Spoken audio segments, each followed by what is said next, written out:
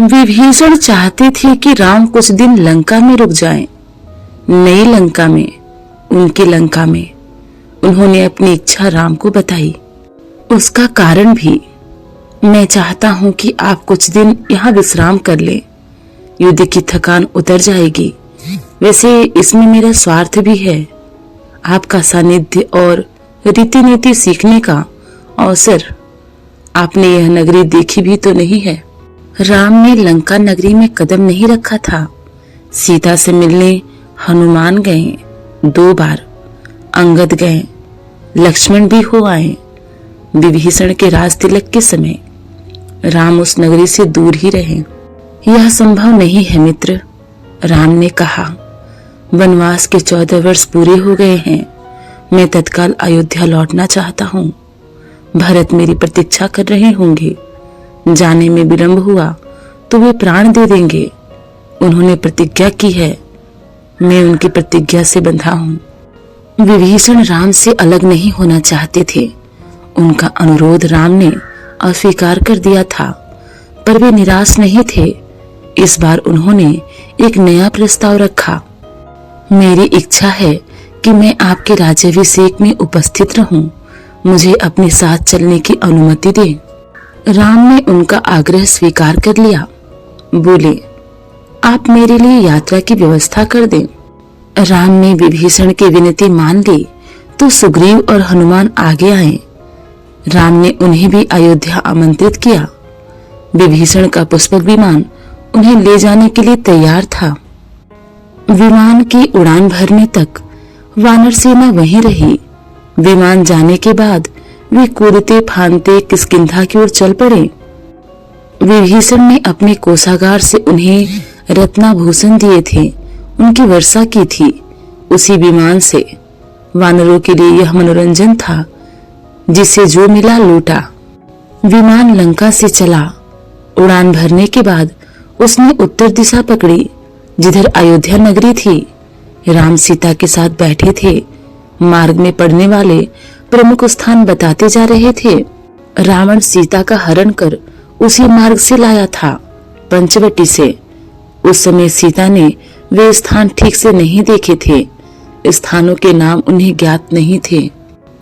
पहले रणभूमि पड़ी, फिर वह पुल जिसे नल और नील ने बनाया था, सेतुबंध।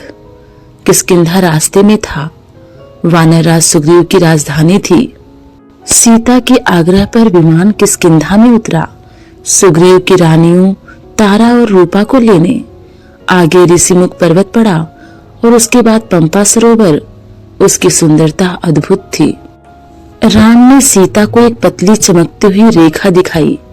सीते, देखो, यह गोदावरी नदी है। ऊंचाई से कितनी छोटी दिख रही है। इसी के तट पर पंचवटी है। देखो, हमारी पर्णकुटी अभी भी बनी हुई है। सीता ने आंखें बंद कर ली, जैसे पंचवटी को पुनः देखने से डर रही हो। उन्हें पूरा घटनाक्रम याद आ गया। गंगा यमुना के संगम पर ऋषि भारद्वाज का आश्रम था। विमान वहां उतरा। सबने रात वहीं बिताई। ऋषि का आग्रह था, राम उसे टाल नहीं सके।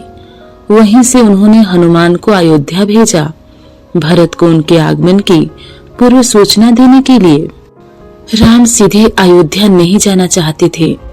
उनके मन में एक प्रश्न था, एक संशय। 14 वर्ष की अवधि कम नहीं होती। कहीं इस अवधि में भरत को सत्ता का मोह तो नहीं हो गया। हनुमान को अयोध्या भेजते हुए उन्होंने यह प्रश्न रखा था।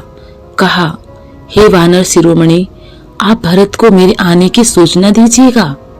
ध्यान से देखिएगा कि यह समाचार सुनकर उनके चेहरे पर कैसे भाव आते हैं। यदि भरत को इस सूचना से प्रसन्नता नहीं हुई तो मैं अयोध्या नहीं जाऊंगा। भरत राजकाज संभाले, इसमें मुझे कोई आपत्ति नहीं। हनुमान वायु वेग से चले, जैसे उड़ रहे हों। मार्ग में निषाद राज गो से भेंट की, उनसे अयोध्या का हाल जाना। वहां से नंदीग्राम पहुंचे। उन्होंने भरत से कहा, श्री राम के वनवास की अवधि पूर्ण हो गई है। वे लौट रहे हैं, प्रयाग पहुंच चुके हैं। मैं उन्हीं की आज्ञा से आपके पास आया हूँ। भरत की प्रसन्नता का ठिकाना न रहा। आंखों में खुशी के आंसू थे। वे बार बार हनुमान को धन्यवाद दे रहे थे। यह शुभ समाचार उन तक पहुंचाने के लिए उनके चेहरे पर केवल एक भाव था, प्रसन्नता। हनुमान उनसे विदा लेकर आश्रम लौट आए राम के पास। अगली सुबह प्रयाग से श्रृंगवेरपुर होते हुए राम का विमान कुछ ही देर में सरयू नदी के ऊपर पहुंच गया। दूर अयोध्या नगरी के भवनों के शिखर दिखाई देने लगे। सबने अयोध्या को प्रणाम किया। उधर भरत से सूचना पाकर अयोध्या में उत्सव की तैयारियां होने लगी। नगर को सजाया गया। शत्रुघ्न राज्याभिषेक की व्यवस्था में लग गए। महल में तीनों रानियां नंदीग्राम के लिए निकल पड़ी। कौशल्या सबसे आगे थी। उन्हें पता था कि राम पहले भरत से ही भेंट करेंगे। राम का विमान नंदीग्राम उतरा। उनका भव्य स्वागत हुआ। आकाश राम के जय घोष से गूंज उठा। राम ने विमान से उतरकर भरत को गले लगाया, माताओं को प्रणाम किया। भरत भागते हुए आश्रम के भीतर गए। राम की खड़ाऊ उठा लाए, जिसे सिंहासन पर रखकर उन्होंने 14 वर्ष राजकाज चलाया था। झुककर अपने हाथों से राम को पहनाई। मिलन का यह दृश्य अद्भुत था। सबके चेहरों पर प्रसन्नता थी। सबकी आंखें खुशी के आंसुओं से नम थी। राम लक्ष्मण ने नंदीग्राम में तपस्वी बाना उतार दिया। दोनों को राजसी वस्त्र पहनाए गए। जन समूह राम के जयकार करता अयोध्या की ओर चला। शोभा यात्रा की छटा देखने योग्य थी। नंदीग्राम से चलने के पूर्व राम ने पुष्पक विमान को कुबेर के पास भेज दिया। वह विमान कुबेर का ही था।